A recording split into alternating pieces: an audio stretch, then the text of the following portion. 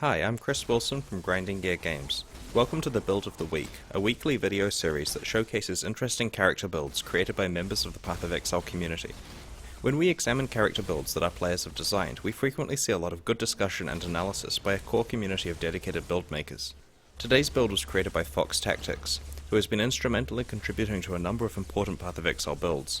It's very nice to directly feature one of his builds in a video at last. He has been actively working on this character since the new Challenge League started, so we showcased it at a specific moment in development.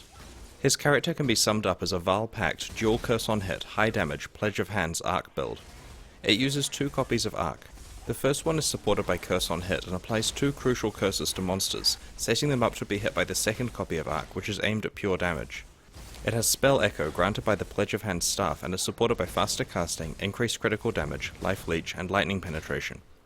The 2 curses applied to monsters are Assassin's Mark, which was introduced in Forsaken Masters, and Warlord's Mark, which is substantially reworked in that expansion. They both have a chance to grant different types of charges when monsters are killed. Power charges are especially impactful on this character because of passive skill choices. There's a neat trick where this unique flask is used between packs of monsters to refresh the charges if they're about to run out. The Life Leech support gem, Warlord's Mark Curse, and Doryani's Invitation Belt all provide Life Leech. The Vaal Pact keystone reduces this large total a bit but makes it instantaneous, which is critical for staying alive and surviving damage reflection. His Enduring Cry and Immortal Call gems are handcast rather than triggered. This requires more play skill to cast them at the right times but is more effective. The character generally has several endurance charges up from Warlord's Mark. In terms of auras, this build runs Clarity, which goes with Eldritch Battery, and 2 Purity auras. It also uses Arctic Armor for defenses.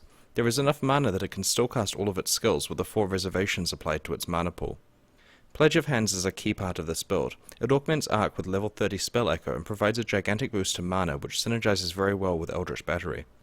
Cloak of Defiance offers mana regen, the ability to use mana as a defense, and the Mind Over Matter keystone, which saves a lot of passive skill points.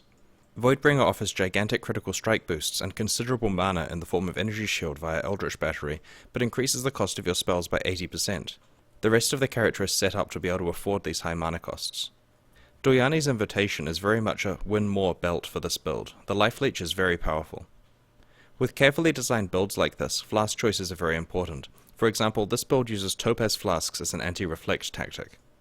Many of the rare items used are crafted. This is a great opportunity to talk about a trend we're seeing in how people use rare items. Previously, we observed a lot of rares that looked a lot like this ring, 5 or so good mods, generally created by either using Chaos Orbs or an expensive process involving Exalted Orbs. We're now seeing more rare items like this ring here.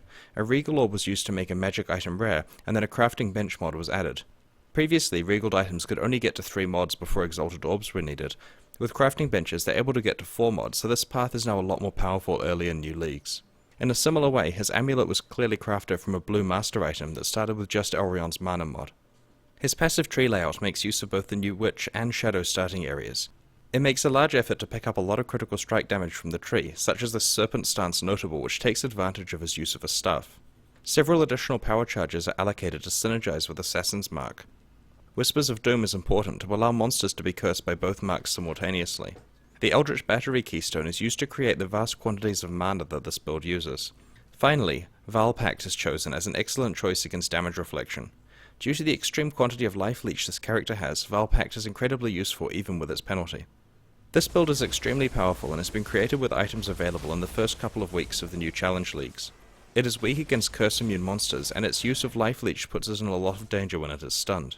For more information about how this build works, check out the guide and the accompanying discussion thread linked in the description. If you're new to Path of Exile and would like to play, just head on over to pathofexile.com or search for it on Steam. We recently released the Forsaken Masters expansion and new leagues with fresh economies, so it's a great time to get into the game.